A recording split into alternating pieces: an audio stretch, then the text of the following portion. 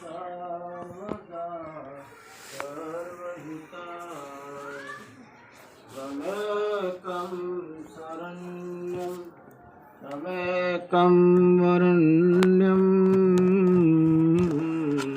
त्वमेकं जगत्पालकैश्वरस्वरूपम् त्वमेकं प्रपद्यन्ति मुक्तिप्रदाता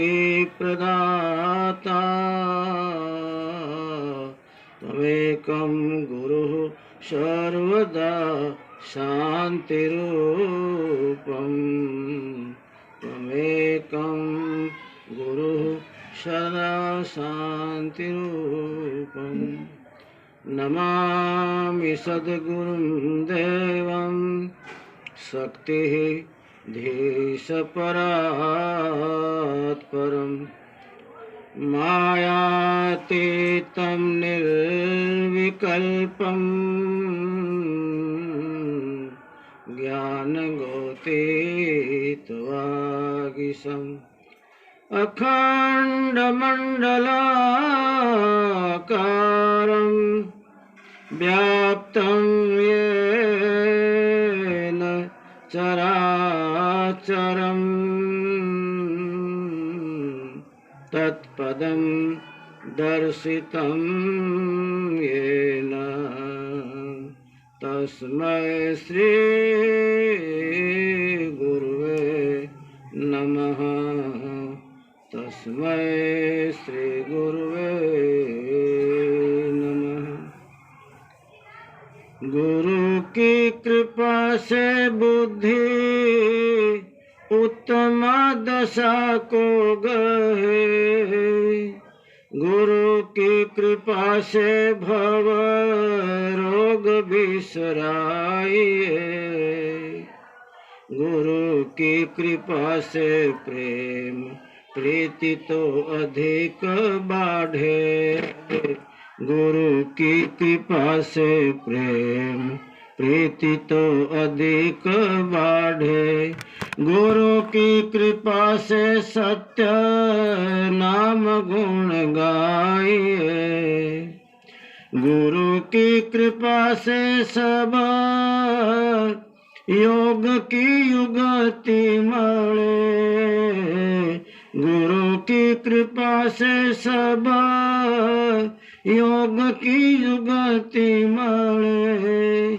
गुरु की कृपा से शून्य में समाधि लाइए, सुंदर कहत गुरु देव जो कृपालु होवे, सुंदर कहत गुरु देव जो कृपालु होवे, सहज ही सहज परम पद पाइए, गुरु की कृपा से बुद्धि उत्तम दशा को गहे।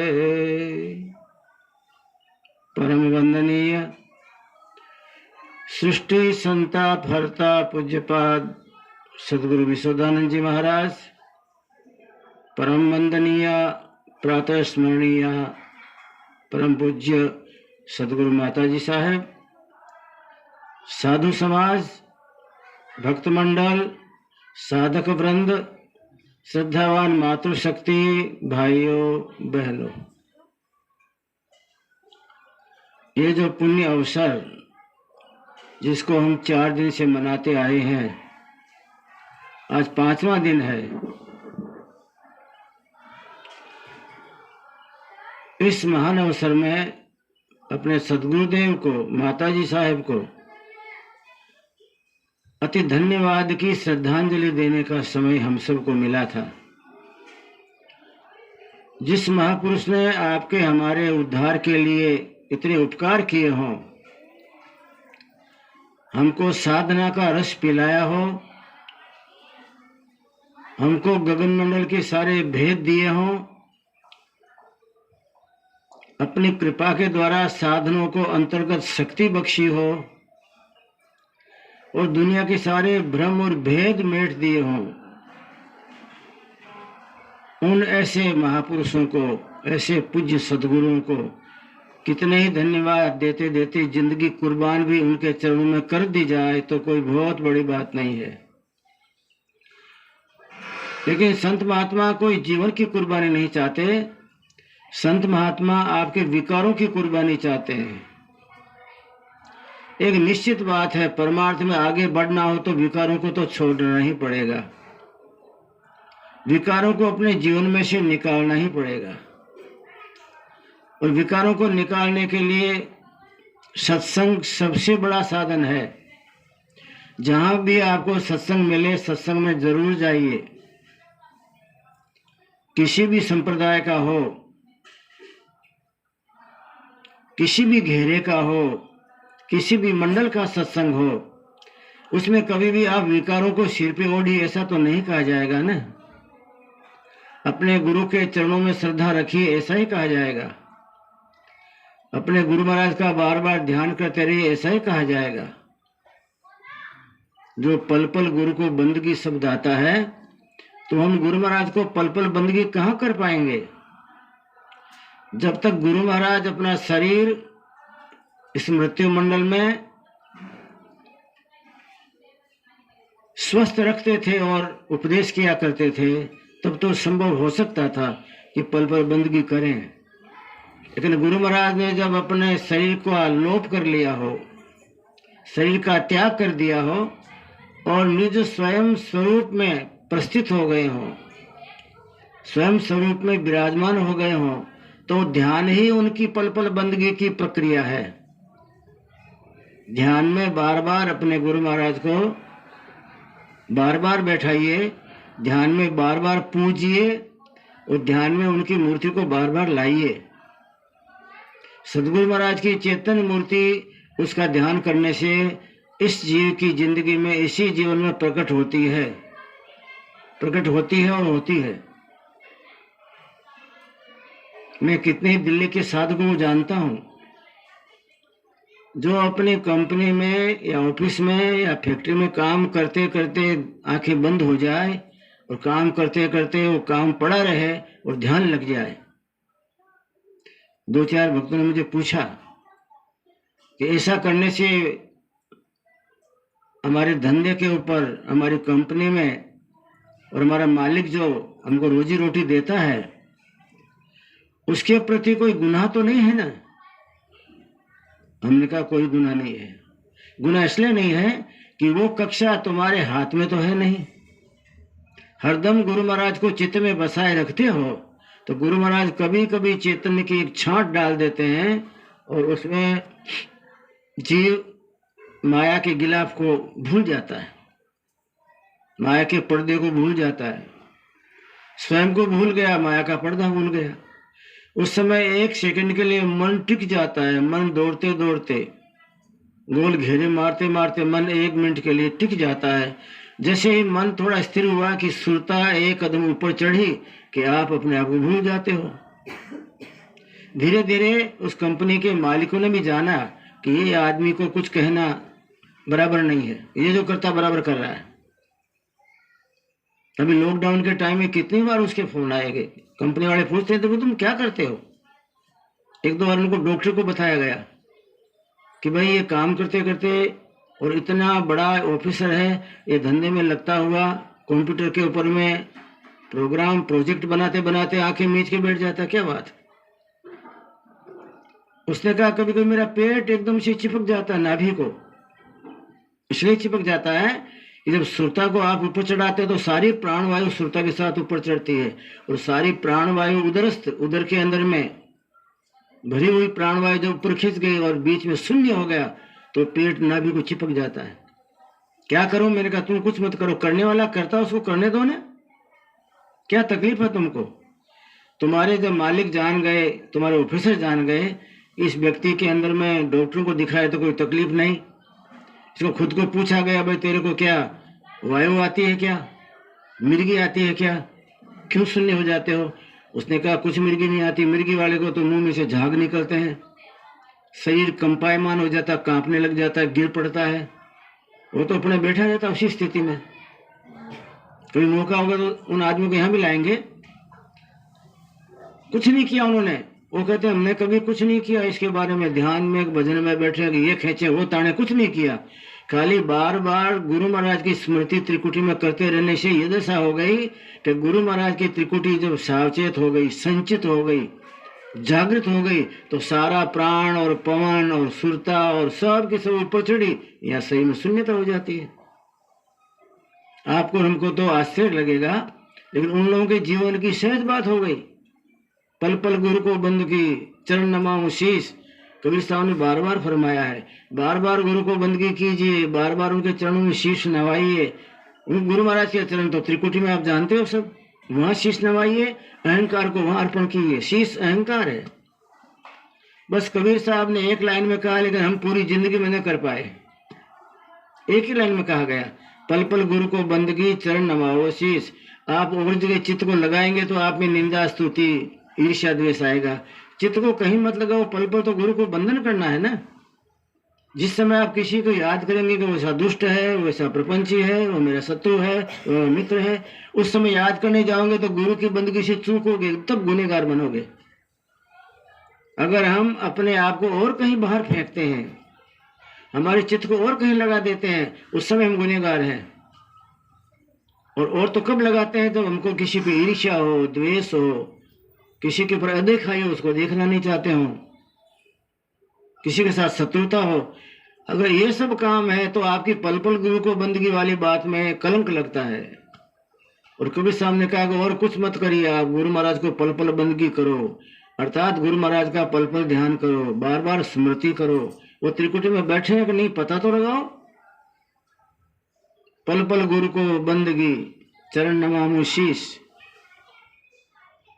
उनके चरणों में शीश नमाओ, उनके चरणों में अहंकार को समर्पित कर दो। कल चर्चा ऐसी हुई थी, मीराबाई ने कहा मैंने भी कुछ नहीं किया, शायद कभी कभी मैं राज रानी थी और आज देखो मैं इसी भिखारिन बन के, वृंदावन के कुंज वनों में घूम रही हूं, ये आया होगा। किसी भी ईर्ष्या नहीं आई, किसी की चुगली नहीं की, निंदा नहीं की, मात्र ये थोड़ा सा आया कि मैं एक राजरानी रही और आज देखो मैं वृंदावन की कुंज गलियों में और कुंज वनों में ऐसे ही भटक रही हूं।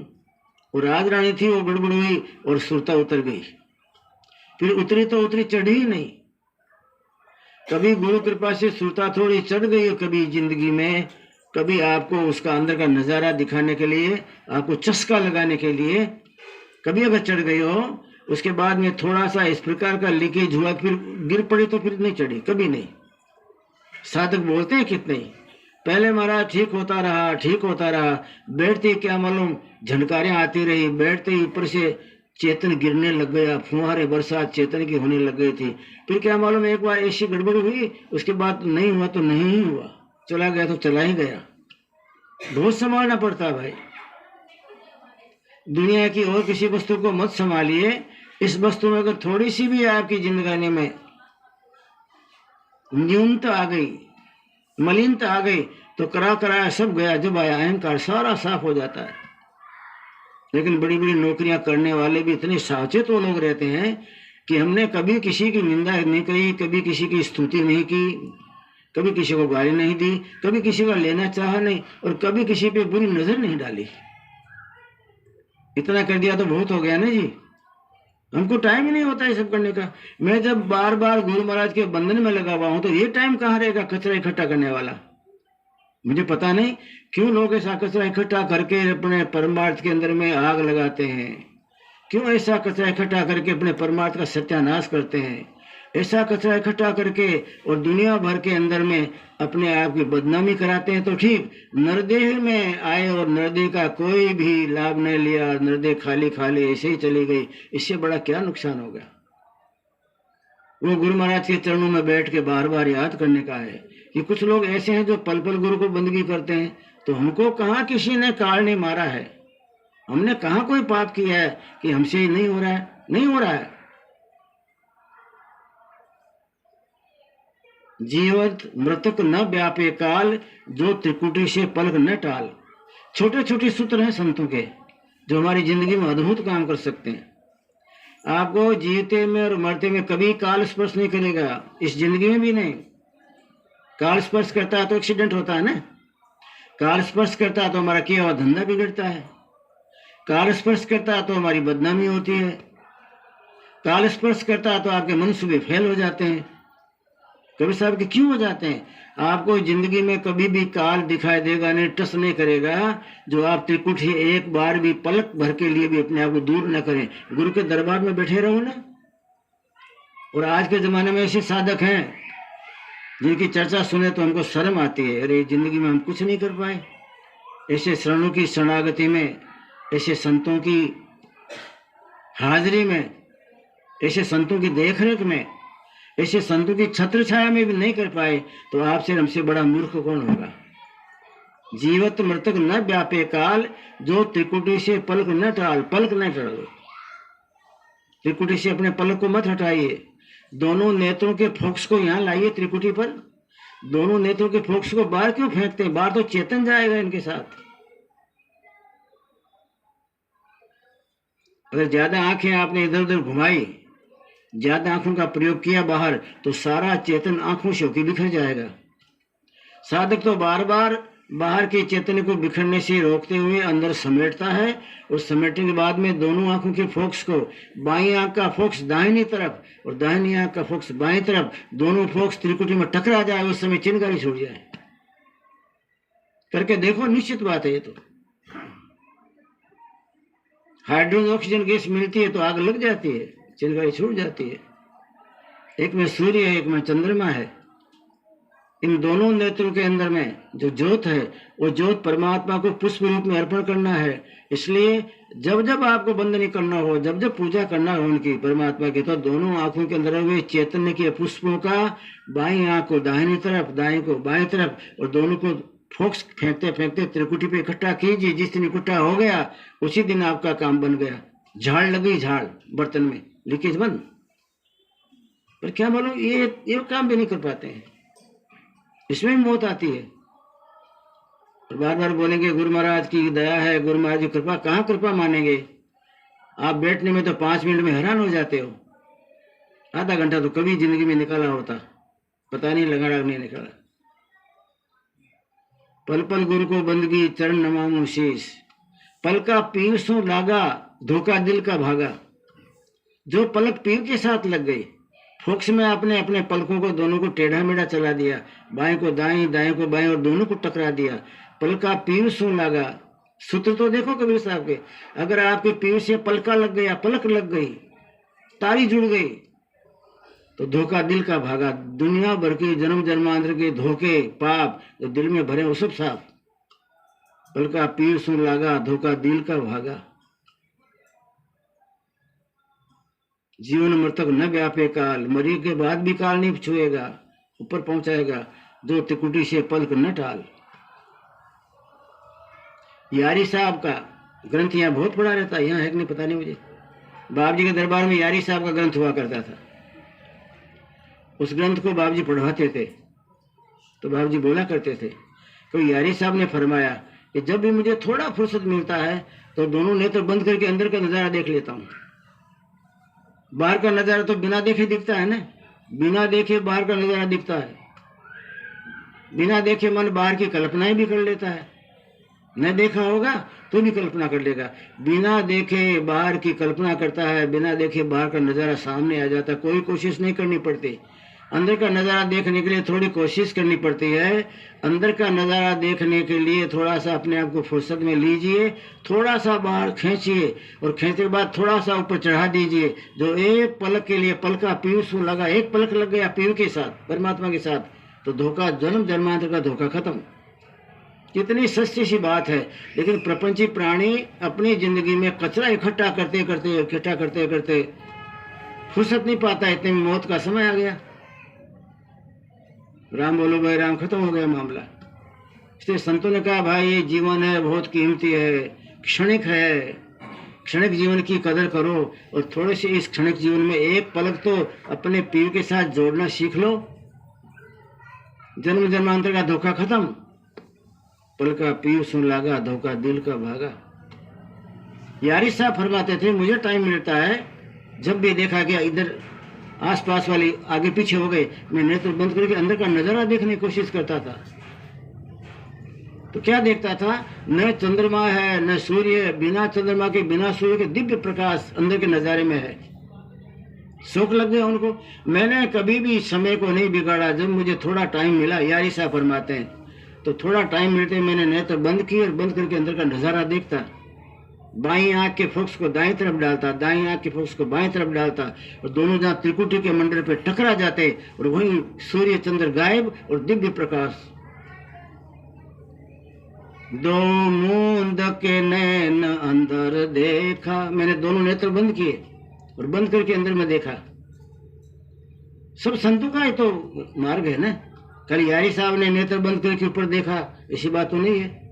सब संतों ने ही आंतरिक साधना के लिए आपको उनको अपनी आंखों के फोकस को त्रिपुटी के ऊपर डालने के लिए कहा हुआ है। आप और से कहते भी होंगे सबको।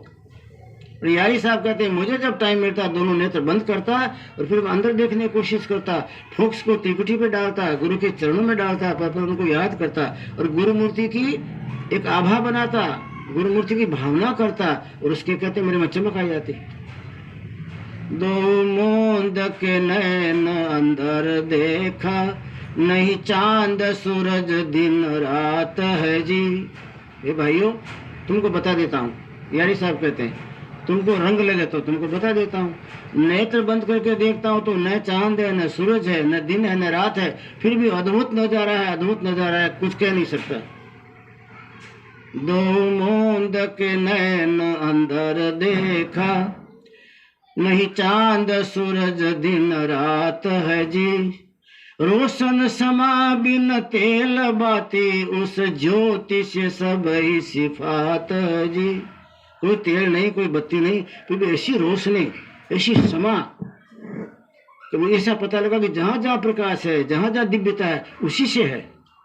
जो मैंने देखा अंदर में, वो ज्योति को, उस दिव्यता को, उसी दिव्यता के कारण सूरज में प्रकाश है, उसी दिव्यता से चंद्रमा में चांदनी है, उसी दिव्यता से हवा में गमन गति है, उसी दिव्यता से धरती माता टिकी हुई है। वो दिव्यता वाली मैंने देख ली, जो धरती को टिकाती है, चंद्रमा को रोशनी देती है, सूर्य को प्रकाशित करती है, चंद्रमा और तारों के साथ में सारा आकाश का दिव्य नजारा बनाती है। वो उस ज्योति को मैंने देख लिया कि जिस ज्योति सारा मजा है।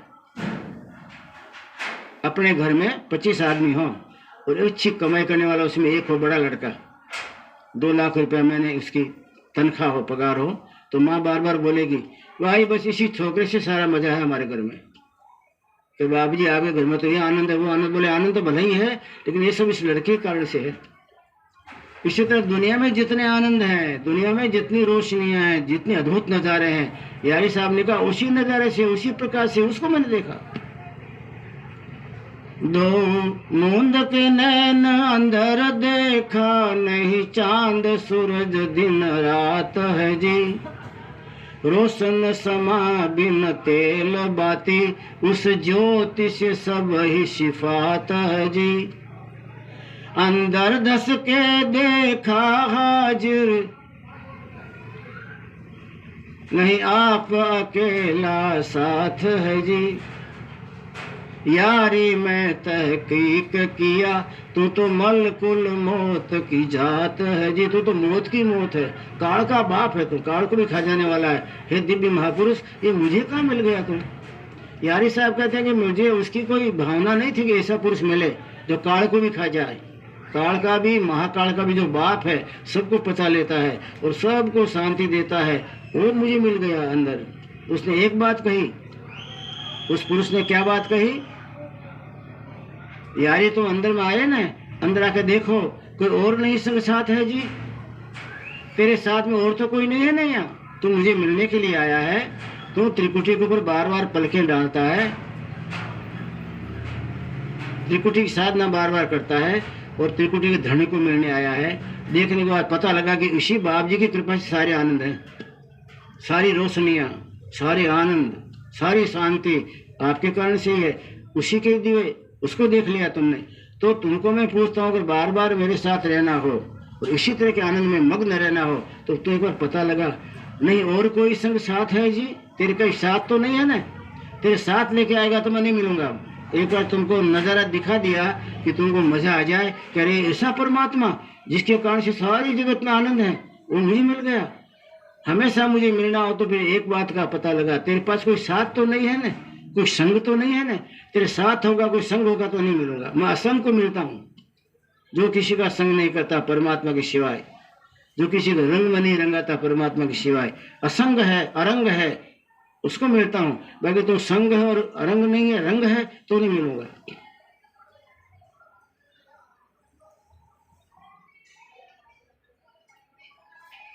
अंदर देश अंदर धसो, खूब और आगे चल, त्रिकुटी के आगे चल। अंदर धस के देख आदम, हे आदमी, हे साधक, थोड़ा अंदर धस के देख ले, कोई और नहीं संग साथ है जी, कोई साथ में और तो नहीं है ना, ये पता लगा। तो यारी साहब कहते हैं मेरे साथ तो कोई था ही नहीं, और कोई साथ हो, काका काकी मामी मासी की याद, कोई मोह ममता मां ममता का ठिकाना, कोई विकार, कोई साथ हो आपके, तो वो परमात्मा नहीं मिलता। फिर कभी गुरु कृपा से झलक आ गई और गुरु कृपा से झांकी मिल गई, उसके बाद तो प्रश्न करता है कि तेरे कोई साथ है, तो किसी को लेके आता है यहाँ, साथ है तो मैं नहीं मिलूंगा। और अगर हमारी सुरता के साथ में कोई विकार है तो सुरता चढ़ ही नहीं पाएगी ना। अंदर धस के देख आदम, तू खूब गहरा उतर जा, खूब ऊंडा उतर, खूब गहराई से विचार कर, किसी को साथ मत लाना यहाँ। अंदर धस के देखो आदम, कोई और नहीं संग साथ है जी। यारी मैं तहकीक किया है तो मलकुल मौत की जात है जी। मैंने तहकीक किया, मैंने पक्का निश्चय कर लिया कि काल का महाकाल का बाप है ये, सबको पेट में समा लेता है और फिर सारे संसार को शांति प्रदीप्त करता है। ऐसा मालिक मुझे पूछता है किसी को साथ मत लाना। ये बात तो आपको उनको भी लागू पड़ती है ना। किसी को साथ लेके अंदर जाएंगे तो जा सकते हैं, जा ही नहीं सकते। और वो मालिक का क्या मालूम क्या स्वभाव है, कोई साथ में है तो मालिक नहीं मिलता, कोई संग है तो मालिक नहीं मिलता। इस बात को हमारे गुरुओं ने, हमारे बुजुर्ग बड़े महापुरुषों ने, इन बाबजियों ने इतनी बार समझाया है, इतनी बार समझाया है कि अपने आप को धोते रहो। शब्द की साधना करते करते आदमी धुप जाता है। धोबी कपड़ा धो के और सफेद कपड़े का मेल निकाल के उसको सफेद कर देता है। ऐसे गुरु महाराज की सत्संग, बार बार उनके यहाँ आके नाक रगड़ने की प्रक्रिया आपके जन्म जन्मांतर के सारे पापों को, सारे कलमश को, सारी बुराइयों को धो के और आत्मा को शुद्ध बना के अकेला बना देता है। आत्मा को अकेला बनाने का कारखाना यहाँ, आत्मा को अनेक में फंसाने का कारखाना दुनिया में, आपके कुटुंब में, परिवार में, ब्याई जी में, सगा में, संबंध में, सब जगह आप मेरे, मैं आपका, ऐसे आपको फंसाने के कारखाने दुनिया में, आपको असंग बनाने का कारखाना सत्संग में, संत के चरण में। वहाँ बार बार आते रहिए और संत के सच्चे चरण त्रिकुटी में वहाँ बार बार हाजिर होते रहिए। वहाँ की बार बार की हाजिरी आपको शुद्ध बुद्ध बनाएगी। फिर भी मालिक पूछेगा तेरे साथ में कोई है? साथ में तो खबरदार आज के बाद नहीं मिलूंगा। तो यारी साहब को मैंने तहकीक किया, पक्का किया, साथ में मेरे नहीं होना चाहिए। साथ में होगा तो मेरा सत्यानाश हो जाएगा। यारी साहब ने कहा मुझे कभी साथ में कोई मिला नहीं, मैंने किसी को लिया भी नहीं। अगर किसी के साथ है कोई विकार, कोई सगा संबंध, कुटुंब परिवार की भावना, अंदर का लिपटाव, जिसके साथ लगाव, तो वो साकट कहलाता है। सत्संग में दो संबंध होते हैं, एक अर्थ है साकट, एक होता है सत्संगी। साकट अर्थात पूरा संसारी लिपटा हुआ, कोई बाकी नहीं उसमें, सारा विकार का भरा हुआ, वो साकट। और सत्संगी जिसने सबके साथ संग छोड़ के गुरु महाराज का संग किया हो और प्रथम सदगुरु मूर्ति को ध्याना, इस बात को ध्यान में रखा हो कि सबसे पहले गुरु मूर्ति का ध्यान मेरा लगता है कि नहीं। अगर गुरु मूर्ति का ध्यान लगने लग गया तो मालिक फिर गोहर करेगा। बंदे कोई साथ में है, पता लगा, साथ में तो दरवाजा नहीं खोलता हूँ, साथ नहीं तो चल तेरे लिए दरवाजा खोल देता हूँ सतलोक तक, और मैं तुमको वहां तक पहुंचाऊंगा, मेरी जिम्मेदारी है। साकट हो तो इधर मत आओ, और साकट तो होगा तो वहां दो कदम चढ़ भी नहीं पाएगा, जड़ में ही पड़ा रहेगा, चेतन में कहाँ जाएगा वो। साकट मरे संत जन जीवे, भर भर नाम का प्याला पीवे, भर भर नाम का प्याला पीवे, भर भर नाम का प्याला पीवे, साकट मरे। कवि साहब ने अच्छा समझा दिया, साकट बने रहोगे तो मरोगे, कभी भी कारण नहीं छोड़ेगा। और संतों के संग में गए तो संत के संग में रहते रहते संत का ही स्वरूप बन जाता है शिष्य। अपन ने कितनी बार चर्चा की है, वो भिलनी थी, अपने गुरु का ध्यान करते करते गुरु का स्वरूप ही बन गई। जिसे गुरु का स्वरूप ऐसा भिलनी का बन गया। गुरु पुरुष स्वरूप थे, भिलनी स्त्री अंग से थी, लेकिन गुरु का ध्यान करते करते उसका स्त्री अंग वो सब साफ हो गया और गुरु का रूप बन गई। गुरु जैसे जटाजूट निकल गए, गुरु जैसा दिव्य मुखमंडल हो गया, गुरु जैसे पंचकेश उग गए। भिलने की बात, गुरु के स्वरूप का ध्यान करते करते गुरु का स्वरूप ही उसके ऊपर फिट हो गया। जैसे अपन ने एक बार बात की थी, उस कर्मा दास का गुरु महाराज का स्वरूप वेद व्यासी के स्वरूप का ध्यान करते करते वेद व्यासी जैसा ही स्वरूप दिव्य तेज हो गया। प्रथम सदगुरु मूर्ति का ध्यान, सबसे बड़ी साधना गुरु मूर्ति का ध्यान है। गुरु महाराज को मंत्र बना लीजिए, जीवन का ध्येय बना लीजिए। पल पल गुरु को बंदगी, अर्थात बार बार उनकी स्मृति, बार बार उनकी स्मृति करने से उनका स्वरूप हो जाता है। भगवान राम आए, लक्ष्मण, राम लक्ष्मण दोनों भाई आके सबरी के दरवाजे खड़े रहे। सारा सुनसान था, कोई था नहीं। गुरु महाराज को 60 साल हो गए, शरीर छोड़े। लक्ष्मण देखो सबरी कहाँ है, सबरी को मिल लेते हैं। भगवान राम दरवाजे बाहर खड़े रहे। आश्रम था, शांत आश्रम। उस आश्रम के अंदर में सबरी की साधना के द्वारा इतनी शांति फैल गई थी कि हवा भी शांत। लक्ष्मण ने कहा बाहर तो हवा सूसाटा करती करती बह रही है, सू सू साई साई आवाज आ रही है, और इस आश्रम में हवा ही नहीं चल रही, क्या बात है। उसने अपने चित्त की वृत्ति को इतना रोक दिया कि चित्त की वृत्ति रोकने से आत्मा आरूढ़ हो गई, स्थिर हो गई आत्मा। उस स्थिर आत्मा का चेतन अंदर बरसा तो सारा वातावरण स्थिर हो गया। पवन देव भी स्थिर हो गया आश्रम में, चले वाले नहीं। लता पत्ता झाड़ पेड़ सब स्थिर, पेड़ों पे बैठने वाले पक्षी भी स्थिर, उनको भी समाधि। उसके गुरु ने क्या घूंट पिलाया होगा सबरी को, और उस बंदी ने क्या जीवन में सब अपना लिया होगा कि उसके प्रभाव से सारा आश्रम सबरीमय बन गया। सबरी का ध्यान और सबरी का चैतन्य का तत्व वो सारे आश्रम के साथ जुड़ गया। पेड़ में भी समाधि लग गई, पेड़ का पत्ता नहीं ले। लक्ष्मण ने कहा इसके गुरु ने क्या इसको प्याला पिला दिया, कौन सा प्याला पिलाया जिसके मारे इसकी साधना के द्वारा जो वातावरण में दिव्यता आई है, उस वातावरण से झाड़ को समाधि भाई, बल्कि पेड़ का पत्ता नहीं ले। पक्षी चहचहाट न करें, पक्षी चिपक गए डाले पे बैठे, शांत समाधि। तुलसी को समाधि, फूल को पत्तों को समाधि, चारों तरफ समाधि। पवन देव को समाधि, आश्रम में आते पवन देव शांत। बहुत देर लगी लक्ष्मण को। भगवान राम ने कहा क्या करने लग गया लक्ष्मण। राम जी अंदर गए तो देखे कि बड़ के पेड़ के नीचे जटाजूट वाला एक महापुरुष बैठा हुआ है। लक्ष्मण अपना गलत ठिकाने आ गए क्या। सबरी तो कहते सबकी सेवा करती रही, बोर बीनती रही, और बीन बीन के सब महात्माओं को खिलाते थे, और कहते अपने लिए भी रखा करती थी। ऐसा महात्माओं से सुना रास्ते में कि आपका रास्ता देख रही है, रास्ता देख रही है। तो आश्रम यही सबरी का, तो सबरी कहाँ है।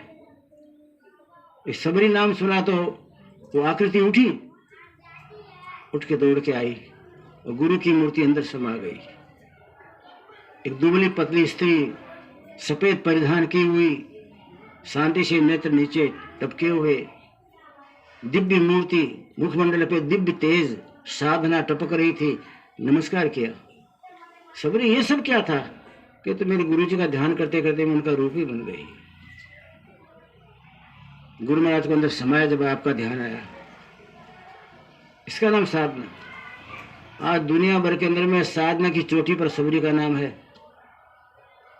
ऐसा गुरु मिला, ऐसी शिष्य मिली कि गुरु के साथ में अपने आप को एक में कर देने के बाद में गुरु ही उसमें उतर गए। क्या काल करेगा, क्या कर्म करेगा, वहां धूल चाटेगा ना।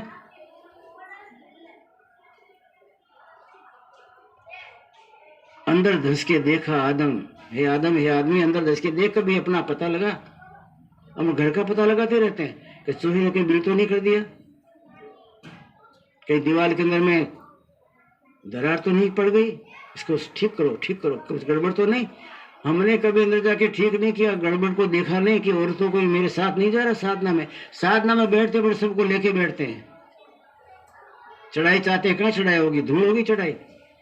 सबको लेके बैठने वाला साधना नहीं कर पाएगा। क्यों नाटक करते हैं फिर, क्यों समय बिगाड़ते हैं? अपने गट्ठर बांधिए ना पापों के, कर्मों के गट्ठर और बांधो, फिर क्या है।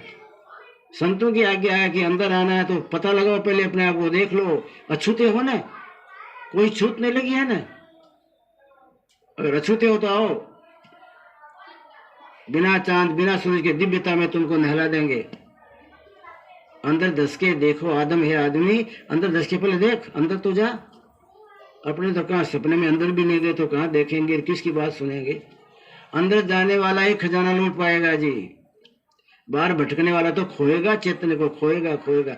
खजाना लूटा तो अंदर जाइए, अंदर उतरिए, और उसके लिए थोड़ा एक समय निश्चित करो ना। रात को 3 से 5 तक कभी भी कुछ भी हो जाए, धरती टूटे का आकाश फूटे, लेकिन मैं मेरे गुरु महाराज के चरणों में हाजिर हो जाऊंगा। मैं मेरे अंदर में जाके देखूंगा कि मेरे भवन के अंदर में कहीं गड़बड़ तो नहीं है, मेरे पीछे कोई लगाव तो नहीं है। अंदर धस के देख आदम, कोई और नहीं संग साथ है जी, कोई संग और साथ होगा तो हम नहीं मिलेंगे। यारी का मैं तहकीक किया, यारी साहब ने कहा जब परमात्मा की ऐसी आज्ञा थी तो मैंने तहकीक किया। तहकीक माने निश्चित कर लिया कि कोई बाप और माँ और काका और भतीजा कोई मेरे साथ नहीं होना चाहिए, ये साथ होगा तो मामला बिगड़ता है। यारी में तहकीक किया। यारी साहब को धन्यवाद है कि उन्होंने तहकीक किया, निश्चय किया, और निश्चय करके वो बंदा अंदर में एक अछूता होकर चला गया, और सारी दुनिया के मौत का मौत और मौत का बाप और बाप का बाप उसको देख लिया। फिर मौत कहाँ आएगी। वही बात कबीर साहब ने कहा, अगर यारी साहब की तरह से अकेले ही चले जाओगे उस मालिक के दरबार में तो मालिक दौड़ के छाती से लगाएगा, और 50 को लेके जाओगे तो किस किस को मिले मालिक, किस किस को मिलेगा। कभी कभी हमारे पास ऐसा कोई प्रसाद होता है, कोई भगत देता है, तो मैं समझता हूँ ये प्रसाद जो बेचारा एकदम न्यून है, कभी ऐसी वस्तु उसको नहीं मिलती होगी, उसको मैं दूंगा। और जब देखे तो 50 आते हैं एक साथ घुसते हैं कमरे में, वो भी रहे वो भी, सबका चेहरे देखें। अगर एक को देते हैं तो उसको ईर्ष्या हो जाती है कि बाप जी इसी को प्रिय किया है, और हम समझते हैं उसकी आवश्यकता है, उसको इसको दे तो इसका भला हो, तो वो पड़ा रह जाता है, नहीं दे पाते। मालिक भी मिलना चाहता है, अपन 50 को लेके आप जाओगे तो किसको मिलेगा मालिक गले से। आप अकेले जाओगे तो गले से मालिक मिलेगा आपको, गले से मिलके मालिक अपने आप में अंदर में समा लेगा। इसलिए यारी साहब ने कहा मैंने खूब नक्की किया कि मेरे साथ कोई नहीं होना चाहिए। अगर भजन करने बैठता हूं तो प्रपंच मेरे साथ नहीं होना चाहिए, प्रपंच होगा तो मैं साकट कहलाऊंगा, और साकट कहलाऊंगा तो साकट तो मरता है ना। साकट मरे है संत जन जीवे, भर भर नाम का प्याला पीवे, भर भर नाम का प्याला पीवे, भर भर नाम का प्याला पीवे। हम न मरे मरी है संसारा, हमको जिला मिलावन हारा, हम न मरे। कह कबीर मरने मन माना, कह कबीर मरने मन माना, वो न मरे जो राम ही जाना। मैंने जीते जी मरना सीख लिया, कबीर साहब कहते हैं। वो तो क्या सीख लिया, हम सबको सिखा देते थे। गंगा किनारे हजारों पड़े हुए बनावटी साधुओं को उन्होंने सच्ची साधुता सिखा दी, और उन सबको सिखा दिया जिंदगी में कैसे जीते जी मरना। जीते जी मर गया, वो क्या मरेगा फिर। कहे कबीर चित मन ही मिलावा, अमर भये सुख सागर पावा, अमर भये सुख सागर पावा, हम न मरे। हमने अपने मन को चित्त में फिट कर दिया, चित्त में बैठा लिया, और चित्त को चेतनता के साथ जोड़ दिया। इसका चित्त चैतन्य है, मुर्दा नहीं है, चेतनता वाला है, और मन को उसकी डिब्बिया में बंद कर दिया, चित्त की डिब्बिया में। कहें कबीर मन चित्त ही मिलावा। हमने हमारे मन को चित्त की डिब्बिया में बंद कर दिया, कहाँ जाएगा वो। और बस उस मन को चित्त की डिबिया में बंद किया ने कि अमर भय सुख सागर पावा। ऐसा सुख सागर का ठिकाना मिल गया। उस सुख सागर में जाने के बाद में लहरें ही लहरें, आनंद ही आनंद, परमानंदम परम सुखम च, ऐसी दशा मेरी हुई। ये सब बातें आपकी जिंदगी में घट सकती हैं। इन सब बातों के हम भी ग्राहक हैं। हमारी जिंदगी में ऐसे सब गुलजार खिल सकते हैं, लेकिन साथ रखना छोड़ दीजिए, साथ रखना भूल जाइए और मनी राम को चित्त की डबिया में फिट करना सीख लीजिए। आपका काम बन गया। दक्षिण देश में, भारत के दक्षिण खंड में एक ब्राह्मण था। किसी महात्मा के पास जाया करता था। महात्मा को नमस्कार करता, बाप जी मेरे घर में पत्नी थी लेकिन उसका शरीर छूट गया। अब शरीर छूट गया तो एक लड़का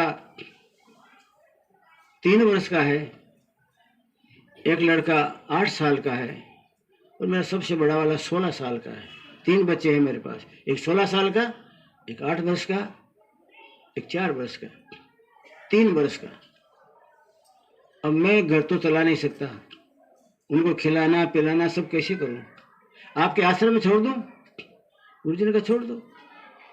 हमारे आश्रम में साधु महात्मा होते हैं, उनके साथ बच्चे खेला करेंगे, खाया पिया करेंगे, नहाया धोया करेंगे। कभी कभी सत्संग में बैठते बैठते जानेंगे तो नहीं सत्संग को, लेकिन सत्संग में बैठने शिष्य बैठने का ढंग सीख लेंगे, नमस्कार करने का ढंग सीख लेंगे, बड़े बूढ़ों की अदब सीख लेंगे। वो तो नजर में आ जाती है ना सब, वो सिखाना नहीं पड़ता। तुमको कभी कभी इच्छा हो, मोह ममता हो तो मिल जाया करो। नहीं बाप जी आपको सौंप दिया ना, अब क्या इनको मिलाने का है। एक बार सब साधुओं को गुरुजी ने जमात के साथ धर्म प्रचार के लिए भेज दिया। अब तीनों बच्चों को कौन ले जाए? छोटे 4 वर्ष के बच्चे को कौन ठीक करे? 8 वर्ष वाला भी छोटा कहलाता है, 16 वर्ष का बेचारा मध्यम कक्षा का रहा। बहुत बड़ा मेला था। उस मेले के अंदर में कोई पद्मनाभ प्रभु का बहुत बड़ा मंदिर था, विशाल। 12 महीने में एक बार मेला लगता था। उस मेले के अंदर में उस पद्म प्रभु के दर्शन करने के लिए हिंदुस्तान की आधी प्रजा पहुंचती है। वहां पद्मनाभ का मंदिर आज भी है। बच्चों ने कहा बाप जी तो सब महात्मा सब कहाँ चले गए? हमको तो महात्मा के साथ में वहां मंदिर जाना था। सारी दुनिया देखने को आती पद्म प्रभु को, तो हम भी दर्शन कर लेते आज के दिन। गुरुजी ने कहा भाई वो तो सबको मैंने भेज दिया जमात के साथ कि जाओ धर्म प्रचार करने जाओ। अब क्या करेंगे? तो जैसे आपकी आज्ञा। तो कोई बात नहीं, चलो हम चलेंगे।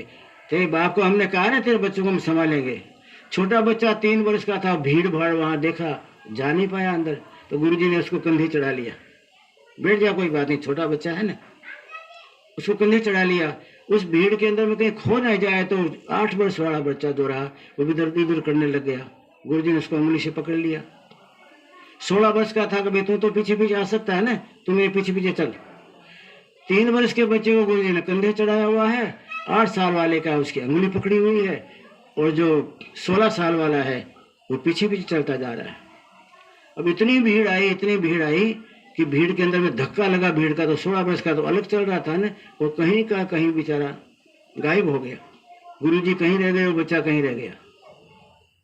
जिसकी उंगली पकड़ी हुई थी वो उंगली पकड़ी हुई को भी झटका लगा तो छुड़ा, तो दौड़ के फिर पकड़ा, फिर छूट जाए भीड़ में, फिर पकड़े, फिर छूट जाए। ऐसे पकड़ते झगड़ते गुरुजी के साथ वहां चला गया। वो जो छोटा बच्चा था वो तो गुरु के माथे बैठा, सबसे पहले दर्शन उसने किया।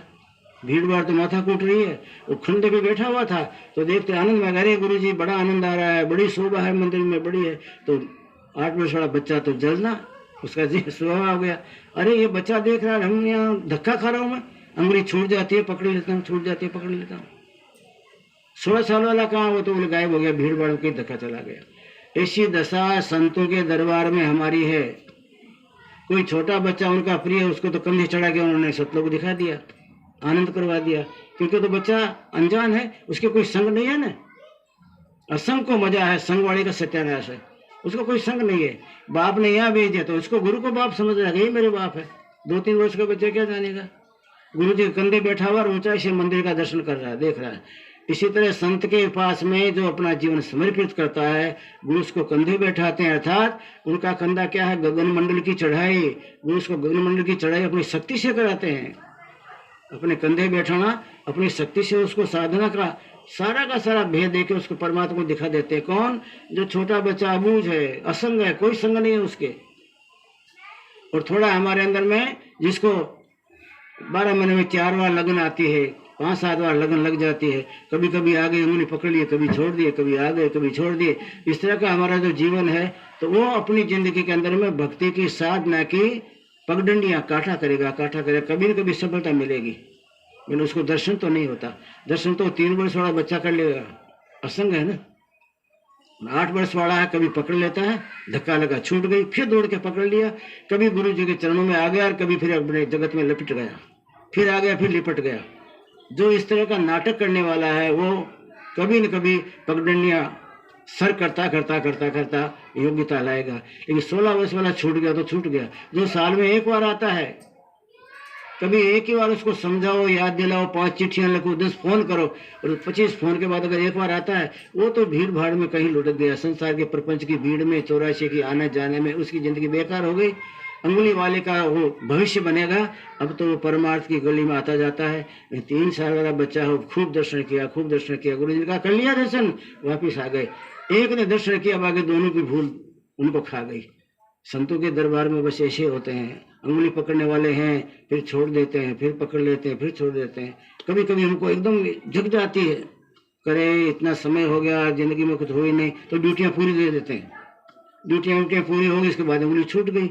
और दोस्त कभी 1 बार 12 महीने में 1 बार आया था, कभी बाप जी के पास में आया करता था, बड़े बाप जी ऐसे थे, माता राम ऐसे थे। ऐसी स्मृतियां 20-20 वर्ष की 1 बार जिंदगी में करने वाला को जिंदगी में कुछ नहीं होने वाला। अपनी जिंदगी में छोटे बच्चे बन जाइए और आपके साथ में कोई लगाव नहीं हो, और लगाव नहीं होगा तो आपको गुरु महाराज कंधे पे बैठाएंगे, और कंधे पे बैठा कर जगत के जगदीश की झांकी करा देंगे, धन्य धन्य बना देंगे। ऐसे आपकी जीवन के अंदर में धन्यता बरसे, धन्यता प्रवेश करे। और इसी जिंदगी में आप, मैंने कल बात की थी, परसों बात की थी, जो त्याग और वैराग के साथ सत्संग करता करता पूरा जीवन व्यतीत करा था, इसी जिंदगी में परमात्मा झांकी देगा, कंधे बैठाएगा और ब्रह्मांड की धरणी से मेल करा देगा। परमात्मा ऐसी स्थिति आपके जीवन में खूब आनंद वाली ला दे। अपने को असंग करना सीखिए। काम क्रोध के विकार, लोभ मोह के विकार, ईर्ष्या द्वेष के, कपट पाखंड के, इनका संग बहुत बुरा है। ये सब अग्नियों के भड़के हैं, लपटे हैं जो जलाएंगे आपको। इनसे असंग बनते जाइए। असंग हो गए कि गुरु ने चढ़ा लिया कंधे पर।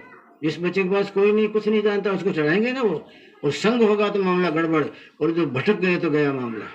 इस तरह से आप अपनी सावचेती खुद के अंदर डाल के, आप में खूब समझ है, सत्संग खूब किया हुआ है, बड़ा बुरा भी खूब जानते हैं, नफा नुकसान भी खूब जानते हैं, लेकिन खाली उस भक्ति के कुंड में कूदना नहीं जानते, शिव भाग फूटता है। कूदना जान लीजिए, थोड़ा झटका मार के दुनिया से अलग अपने को बनावे। बाप जी हमें कंधे पे चढ़ा ले, ऐसा जीवन बना ले तो दौड़ के वो सामने आते हैं। परमात्मा कृपा करके आपके जीवन में ऐसी धन्यता दे। ऐसे शुभ भाव के साथ विराम। बोले सदगुरुदेव महाराज की जय।